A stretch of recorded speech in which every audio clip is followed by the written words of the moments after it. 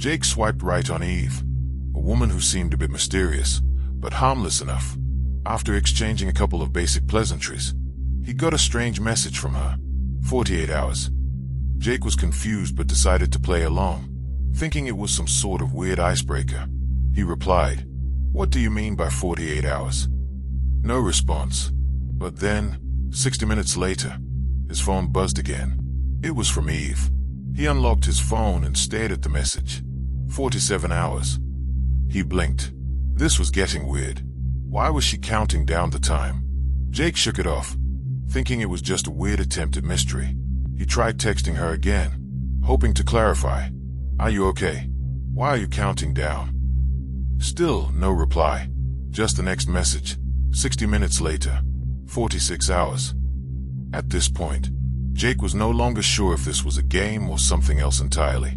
But as the countdown continued, he couldn't shake the feeling that something was wrong. By the time the clock hit 9 p.m., Jake felt the pressure mounting. He couldn't help but wonder if she was messing with him, or maybe he was just overthinking. But then, the next message came. 45 hours. Now, he was genuinely starting to feel uncomfortable. Eve's messages weren't just random anymore. They were timed. Every hour, without fail. As time passed, Jake found himself obsessing over her next message. He checked his phone like clockwork, waiting for the next update. 44 hours. "You're getting uneasy. I can feel it." Jake's pulse quickened. How could she know that? He hadn't even told her how he was feeling. The next message came, and it was even more unsettling. 43 hours. "You're looking out your window now. You're wondering if I'm close." He jumped back from the window. How did she know that? He hadn't been looking out the window at all. Panic was setting in, but it didn't stop the messages. They kept coming, every hour, precise and unnerving. 42 hours. 41 hours. "You're thinking about calling the cops. Don't." Jake's mind raced. What did she mean by that? How was she tracking his every move? The messages continued, growing increasingly eerie as they got closer to 0. 40 hours. "You're already feeling like you're being watched, aren't you?" 39 hours. "You're starting to check all your doors and windows. You'll find they're locked." By the time the countdown hit 20 hours, Jake couldn't focus on anything else. His phone buzzed again. 20 hours. "You're already thinking of getting in your car and driving far away. Don't." Jake froze. He hadn't even considered leaving until now. Why did Eve know? What was this game? He glanced at his front door.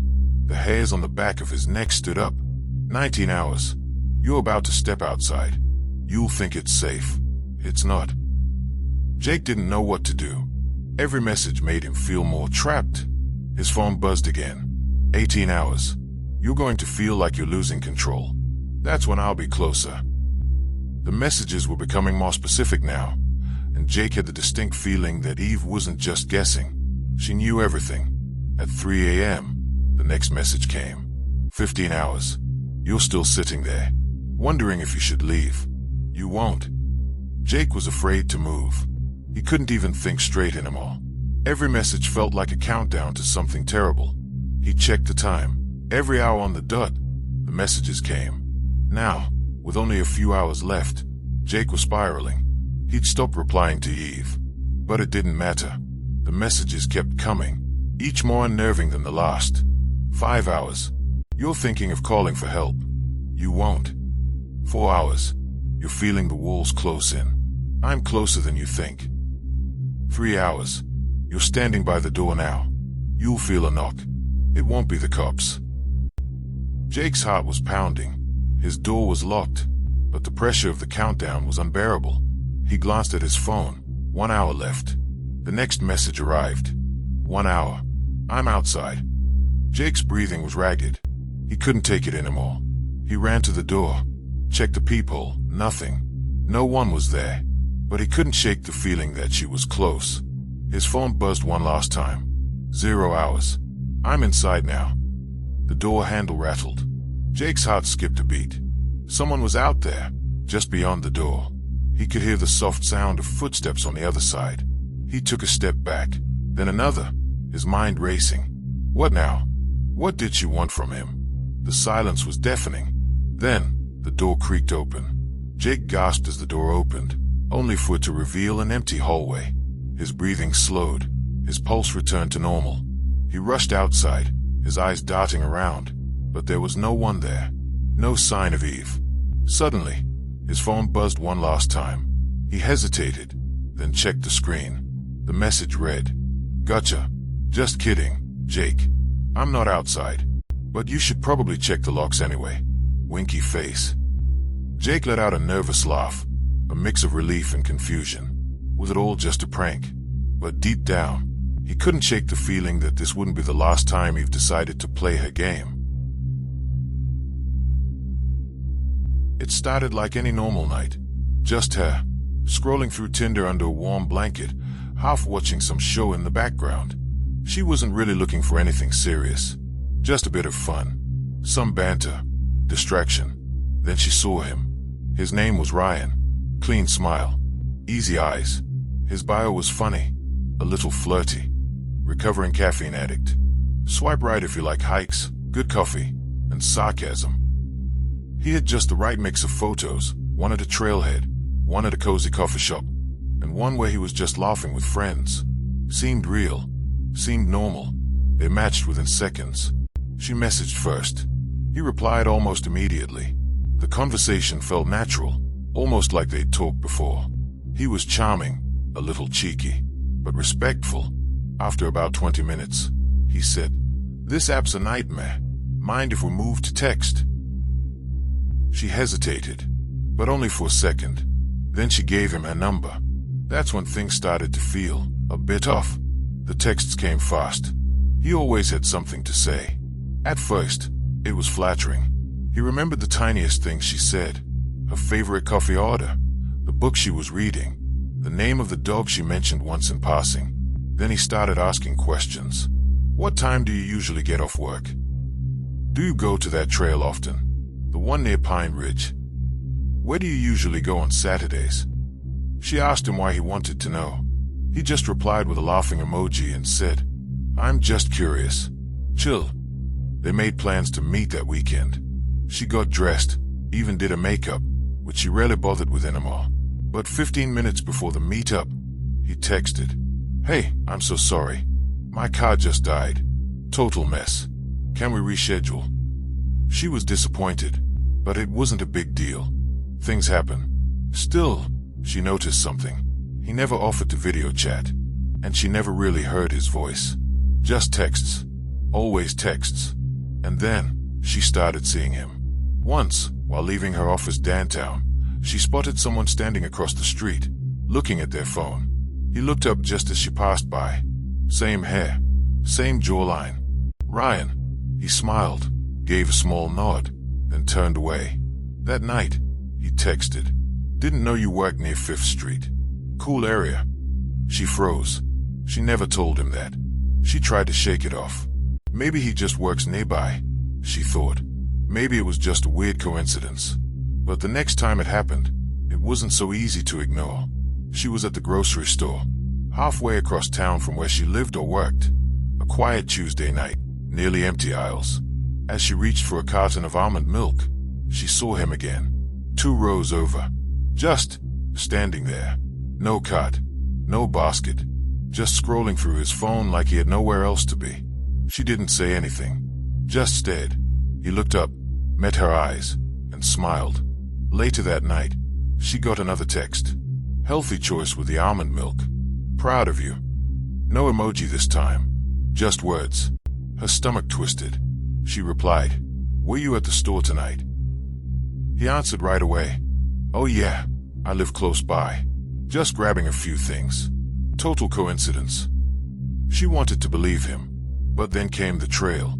A few days later, needing fresh air and a break from everything, she went hiking at her favorite trail, the one she mentioned to Ryan during one of their first chats.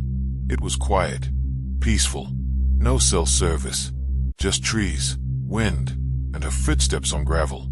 Halfway through the hike, she saw him, sitting on a bench, looking relaxed, like he belonged there.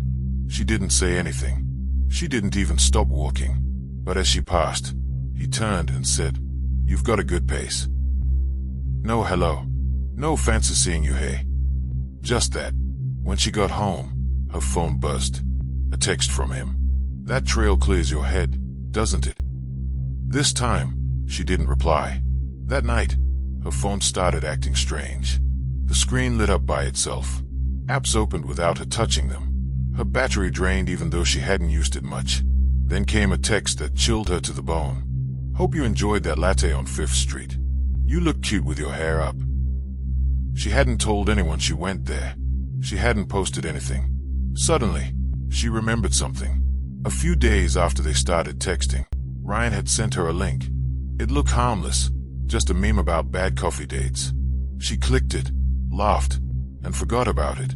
But now, something clicked in her mind. What if that link wasn't just a meme? She couldn't sleep that night. Every creak in her apartment felt louder. Every buzz from her phone made her heart skip. She opened her messages and scrolled back to the meme Ryan had sent. It was a harmless joke at first glance, but when she tapped it again, nothing happened. The page wouldn't load.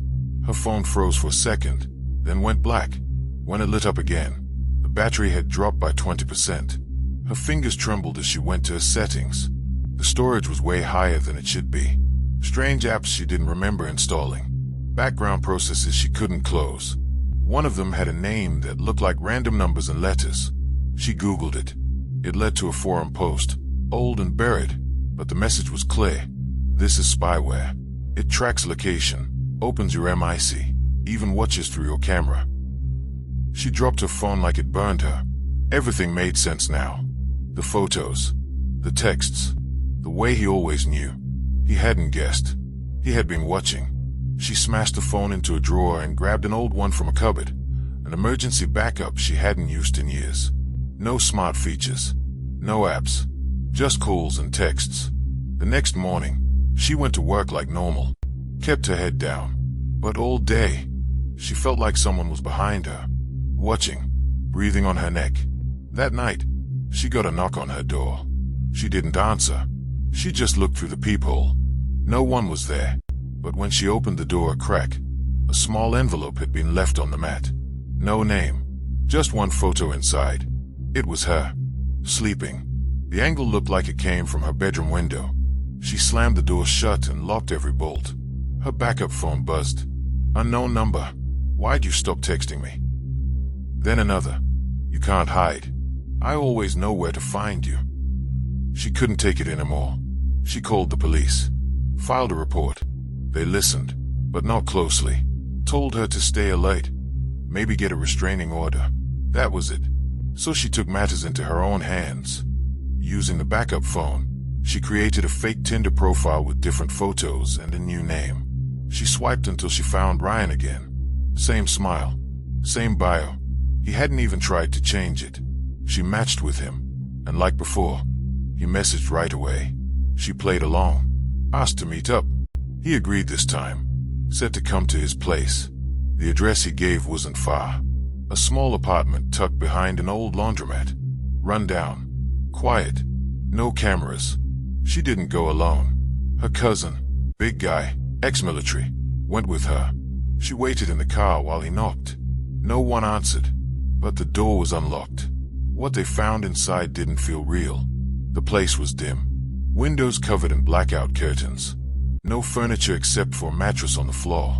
Dozens of phones were scattered around, some still buzzing with messages.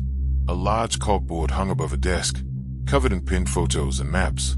And at the center of it all was her face. Printed photos of her walking, sleeping, eating. Notes about her schedule, places she went. A laptop was open, showing a map with a blinking dot. Her location, live. She was still being tracked, even after smashing her phone, even after switching devices. The cousin grabbed the laptop and the phones. They turned everything over to the police. But by the time they came back, Ryan was gone. The apartment had been cleared out.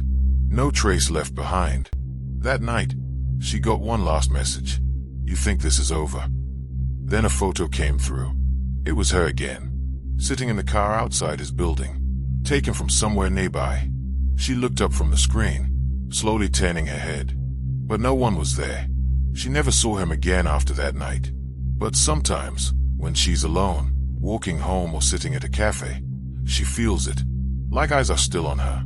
And somewhere, in the shadows, a phone might still be watching.